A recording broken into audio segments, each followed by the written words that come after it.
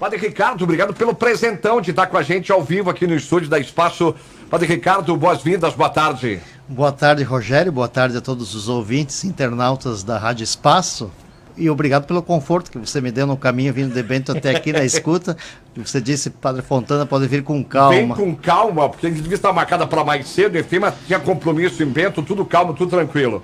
Padre Ricardo, te agradecer e falar de uma data para ti, 25 anos de sacerdócio. O que está falando? Podia falar muito tempo, uma trajetória. É o teu melhor momento? Eu começo pelo fim. É verdade, é o melhor momento porque eu pude saborear daqui para trás, fazer uma avaliação de tudo que se passou nesses anos. É bom a gente rememorar, porque fazer memória é a gente reviver e viver. Isso dá vida, impulsiona, dá vitalidade para a gente. E eu olho então o sacerdócio assim, com muita gratidão, porque até o sacerdócio não é voltado para a gente, ele é para as pessoas, né? Aquele que se doa pelas pessoas. Então uma vida assim, de muita interação, de muitas relações, de muita integração com as comunidades, com várias frentes de entidades.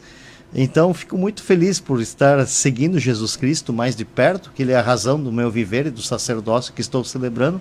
Então o jubileu, de fato, é o ano da graça do Senhor, em que a gente se reconcilia consigo, com os outros e com Deus, e a gente vive de fato um momento de júbilo. Então tenho essa expressão nos olhos, no rosto, aí na voz para falar aqui para os ouvintes da Rádio Espaço, Rogério. Padre Ricardo, vamos falar do evento de sábado, mas só uma curiosidade aqui nesse jogo rápido. Como é que decidiu, digamos, há 25 anos atrás, não, é bem mais do que 25, digamos, de esse teu caminho aí? 40 de trajetória. 40 de trajetória. Desde que eu entrei para o seminário, aos 13 anos, até os meus 52, agora são 40 anos. Eu entrei no dia 2 de março, dia que completei 13 anos, de 1984 no seminário. Então, agora dia 2 de março... Seminário nosso aqui? De Fazenda Souza, dos Josefinos de Murialdo. Toda a minha formação foi com a congregação dos Josefinos de Murialdo. Isso, então, foram 15 anos de seminário, entre os estudos do ensino fundamental, médio e as duas faculdades que fiz e mais uma pós-graduação com o Josefino. Então, assim, eu acredito assim que tudo começou no berço. Minha avó teve 2 filhos seminaristas que desistiram do caminho. E ela foi minha madrinha de batismo. A minha mãe me contou depois que eu tinha sido ordenado padre. Ela disse, olha, que a minha avó disse assim, bom, quem sabe depois, quem sabe eu tinha desejo de ter um filho padre, não tive. Quem sabe esse aqui poderá ser padre. E de fato, ela faleceu quando tinha 5 anos de idade, mas o bom é que a minha mãe me contou isso só depois, né? Minha mãe nunca quis ter uma influência de dizer assim, ó, tu é obrigado a fazer isso, fazer aquilo, né? Sempre deu muita liberdade. Mas a vocação apareceu quando, hein? Olha, aos 5 anos de idade eu já tinha desejo de ser padre. Eu celebrava já, eu ouvia os sermões dos padres na cidade lá de Flores da Cunha, dos capuchinhos, aqueles sermões imponentes, e eu chegava quando tinha o pessoal lá na colônia, dava aquela parada, eu pegava o saquinho de bergamota, botava tudo para fora, lá que tinha, botava o chapéu na cabeça, subia num toco e fazia um sermão para as pessoas, assim, do que eu tinha ouvido do sermão do padre. Depois, aos 10, 12 anos, já celebrava a missa para vinha os troféus da capela lá da Santo Antônio da linha 80, minha origem, e eu celebrava a missa para as filhas dos meus primos, para as crianças, né? E aos 12 anos eu fiquei pensando, mas como é que eu vou ser padre se nunca, não sei como fazer, como começar? E um ex-seminarista veio trabalhar no lado da minha casa, e ele estava contando para os colegas de trabalho como é que era a vida de seminário, o que se fazia e também o que não se podia fazer.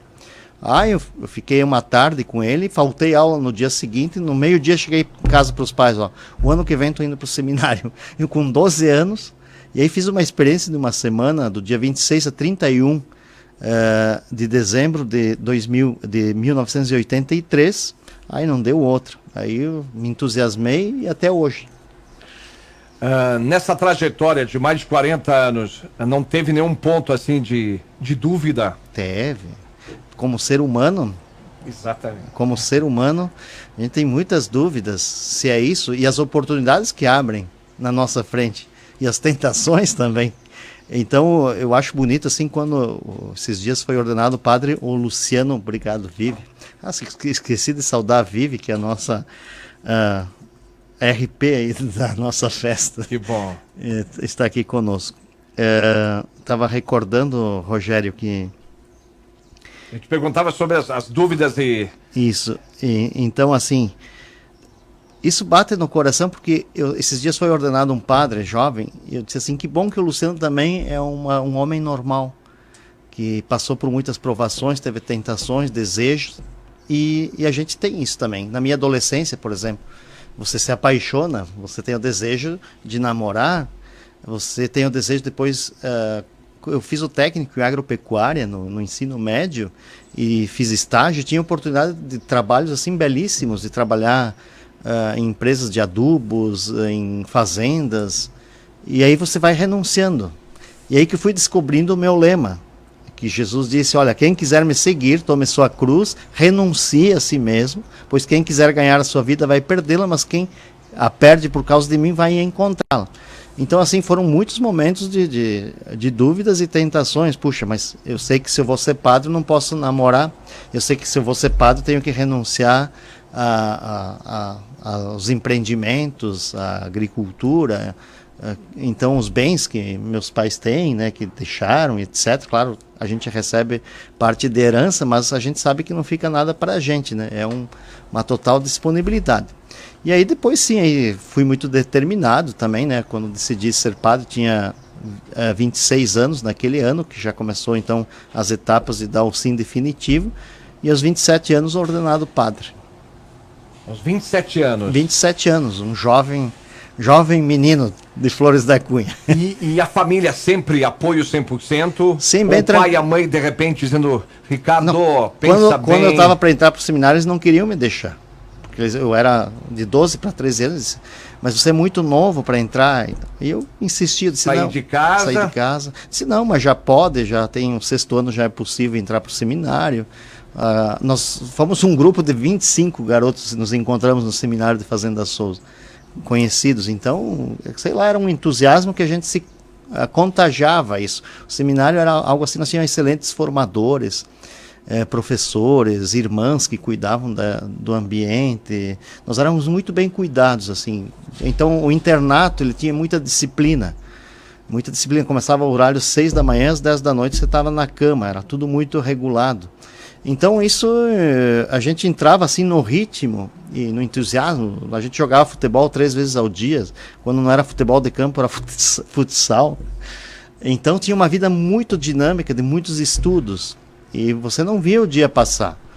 Então, isso criava um entusiasmo entre os colegas, né? É que tem muita curiosidade, vou tentar dar uma resumida aqui, uma pulada, porque das tentações, enfim, o senhor tem aquele momento que está interno, praticamente, acho que é interno no seminário, mas depois vem o ensino médio, vem faculdade, e aí claro, vai conviver naquele dia a dia, enfim. Muitas tentações e muitas... dúvidas nesse período aí? Claro, porque eu sou um cara bem apessoado, modéstia à parte. Então as meninas sempre mandavam as cartinhas, sempre tive muita tentação nessa área também. Só que isso foi me levando a fortalecer, a ter bom discernimento, né? Até num período de férias, quando arrumei uma namoradinha, e aí antes de voltar para o seminário, a minha mãe disse, bom, agora tu vai ter que escolher. A minha mãe me ajudou a fazer esse discernimento, né? Ela disse, olha, ou você vai ficar com a namorada ou vai ir para o seminário. Então sempre foi essa dinâmica. Depois, quando eu tinha que ir para a faculdade, já fazendo a faculdade de filosofia, que era um pouco mais reflexiva, e até tive a tentação de estudar para o vestibular para ser médico, né? Então, quem sabe eu vou ser médico. Apareceu essa oportunidade. E assim por diante, depois de padre, né, muitas oportunidades a gente recebe, assim, e você tem que ter assim, clareza naquilo que você está seguindo, né, no discernimento, na determinação. É como uma escolha de um pai e mãe de família, né? Você optou por essa vocação, porque a vocação ao sacerdócio não é uma profissão, né, que eu estou exercendo. Eu estou exercendo um chamado de Deus a serviço das pessoas, com um estilo de vida que envolve todo o nosso ser. Então não é só que eu sou padre só lá no altar. A minha vida ela vai ser testemunha aqui na rádio, ela vai ser ali fora, aqui num pouco. Se eu estou andando na rua, se eu estou caminhando, mesmo que eu tenha com uma bermuda, uma camiseta, um boné, ouvindo um som para minha caminhada, eu continuo sendo padre. Então envolve o meu ser, né? É como uma pessoa que opta pelo matrimônio ou opta por outra vocação que seja, né? Padre é para a vida inteira. Muitos dizem, ex-padre, não tem ex-padre, né? Pode até ser, não está executando, mas o padre é para a vida inteira. É para a né? vida inteira, é isso. Mas, Padre Ricardo, só um detalhe, uma curiosidade. Não digo ídolos, mas padres que te influenciaram. Se eu te pedisse, me dá alguns nomes, dá para te citar alguns Tem nomes? o Padre Bruno Barbieri. Padre Bruno Barbieri, uma pessoa fantástica, que vai estar sábado. Ele Vai estar aí contigo. Vai estar ali, ele é dos Josefinos de Murialdo. O Padre Aleixo Suzin foi um grande pai no seminário. Os freis, o Frei Constantino Deon, pelos sermões, eu me lembro de criança. O Frei Antoninho Pascoalão, que está em Vila Flores, era o pároco de Flores da Cunha. Então influenciaram muito. Lembro do Padre Homero Rui Rossi, aqui em Caravaggio, né, quando eu era criança, que a gente vinha para cá, que ele chamava para rezar o terço embaixo ali da cúpula. Acho que não tinha os bancos na igreja naquela época, então ele fazia uma roda de 10 crianças e cada uma rezava uma Ave Maria da dezena do terço e depois ele dava uma balinha. Então me lembro disso, me lembro dele na Rádio Miriam, das 6 da tarde, né, o programa Padre Homero Rui Rossi, né, tinha aquele programa dele. Que é o vosso santuário, né? O Dom Paulo Moreto, que me ordenou, né, como bispo, né? Então também tenho boas lembranças. O Papa João Paulo II me marcou muito, né? A gente se criou assistindo o Papa João Paulo II, né? Eu lembro quando faleceu Paulo VI, João Paulo I, eu lembro a minha mãe chorando na morte desses dois papas.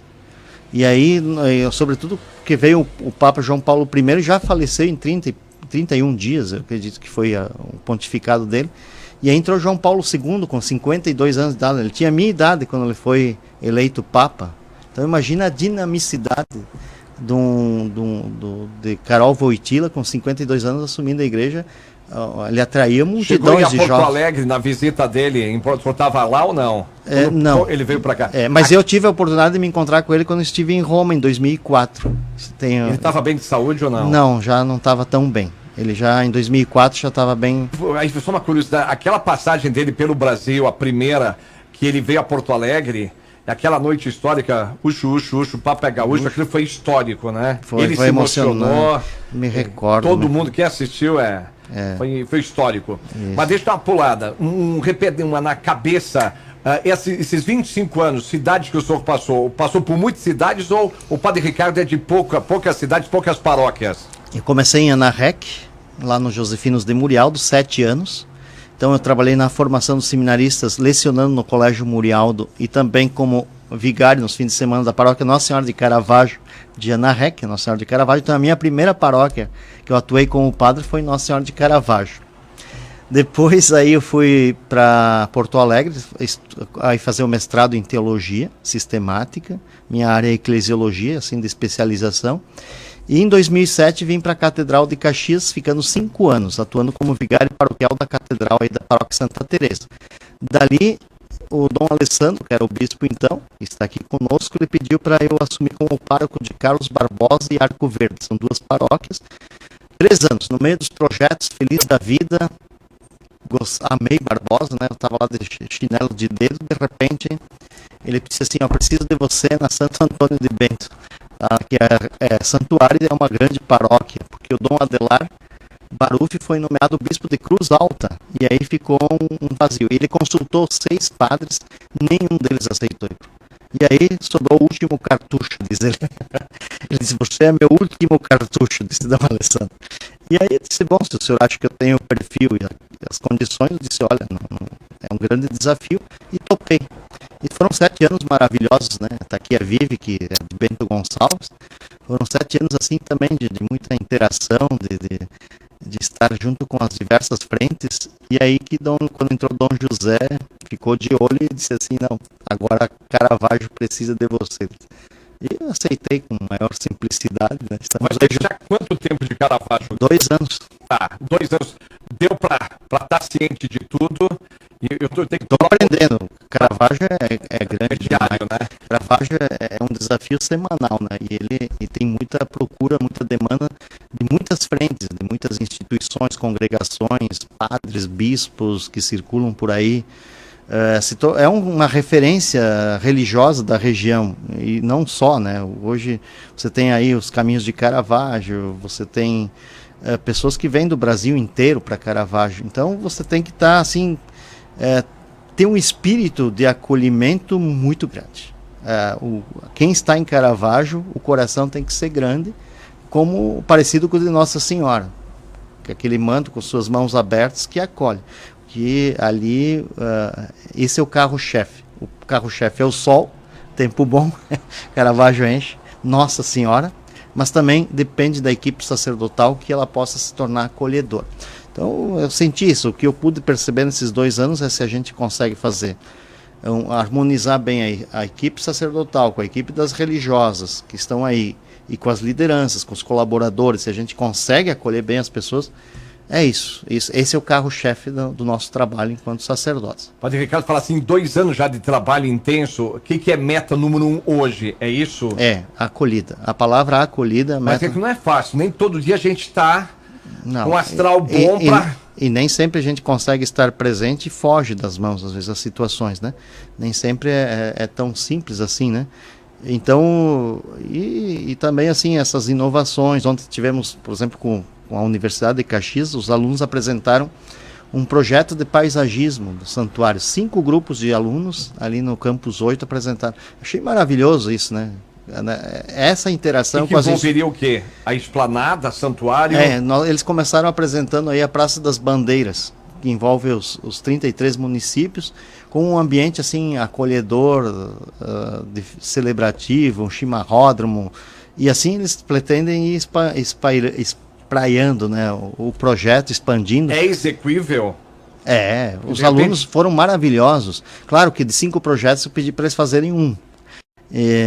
Mas é bem viável, assim, sabe, bem com produtos, né, atuais, assim, inovações. Eu acho bacana isso. Mantendo agora uma característica que você fala assim, né, é executável, se mantém esse espírito do santuário ecológico, que é o Santuário de Caravaggio, né? Sempre mantém esse espírito. O diferencial de Caravaggio, que eu vi Rogério Portolano esses anos, é que ele tem espiritualidade por si, pelo ambiente, pela montanha sagrada que ele tem, com suas verdes pastagens e suas matas, e a contemplação das montanhas ao seu redor. Então esse também é fantástico, né? Além desse templo belíssimo que celebramos aí os 60 anos este ano do novo santuário, né? E também faço sempre a referência ao seu tio avô, Padre Exatamente. Teodoro Portolano. A gente nunca esquece essa memória, né? E a gente quer também valorizar esse personagem que deixou esse legado, né? Eu reconheço hoje, depois de 2 anos, o legado que o Padre Teodoro Portolano deixou aí, né, essa obra, assim, ó, é fantástico que ele se despojou da vida dele, todo o empreendedor que ele era, e como ele deixou esse legado, assim, de todo esse território que tem aí, os espaços, as construções, né? Mas eu quero te agradecer, o tempo voa, porque tem muita curiosidade boa e é sempre bom te ouvir. Mas só para a gente falar do evento, no caso, chamar de evento, celebrar Jubileu de Prata no sábado, 10h30, uma missa festiva. Isso. Então eu gostaria de reforçar esse convite, porque o sacerdócio só tem sentido se está em comunhão com as pessoas. Então eu gostaria de ter todos vocês aí abraçados, né, nesse dia juntos, porque o sacerdócio ele não é para si. Eu não gosto de celebrar uma missa sozinho, para mim. E aliás, a igreja diz, a gente celebra para as pessoas. Então gostaria de reforçar esse convite para este sábado, dia 9, às 10h30 da manhã, todos juntos. E claro, a gente está fazendo também um almoço, mas já com alguns convidados, porque o nosso restaurante panorâmico, a capacidade máxima para 300 pessoas, né? Então, entre familiares, parentes, e eu convidei 2 membros de cada comunidade por onde eu passei, para não deixar nenhuma comunidade fora das capelas, digamos, e das paróquias, né? Então, só aí já somou, a Vivi está ficando doida, né? Que ela disse, vai faltar espaço, padre. Então, já, né, tem mais de 300 convidados que vão estar também no almoço, mas eu não queria deixar ninguém fora. Olha, Ricardo, te agradecer. Uma frase final. Se voltar no tempo, o Ricardo Fonana, se falasse para aquele garoto de 13 anos, o que o senhor diria para o Ricardo Fontana lá de 13 anos, com 13 anos de idade, louco para entrar no seminário? A frase de São Leonardo Murialdo de próprio Calabria, que nunc tiep, em latim, que significa recomeçar. Começaria tudo de novo. Sem nenhuma mudança. Sem nenhuma, sim, algumas sim, porque a gente vai errando no caminho, vai machucando pessoas às vezes, então aí eu peço perdão também, né? Mas começaria tudo de novo dessa forma, assim, porque eu só tenho que agradecer a Deus, porque eu nunca imaginei estar celebrando com tanto júbilo e alegria, e onde estou, né? Na casa da mãe de Caravaggio. Nunca tinha imaginado trabalhar ali.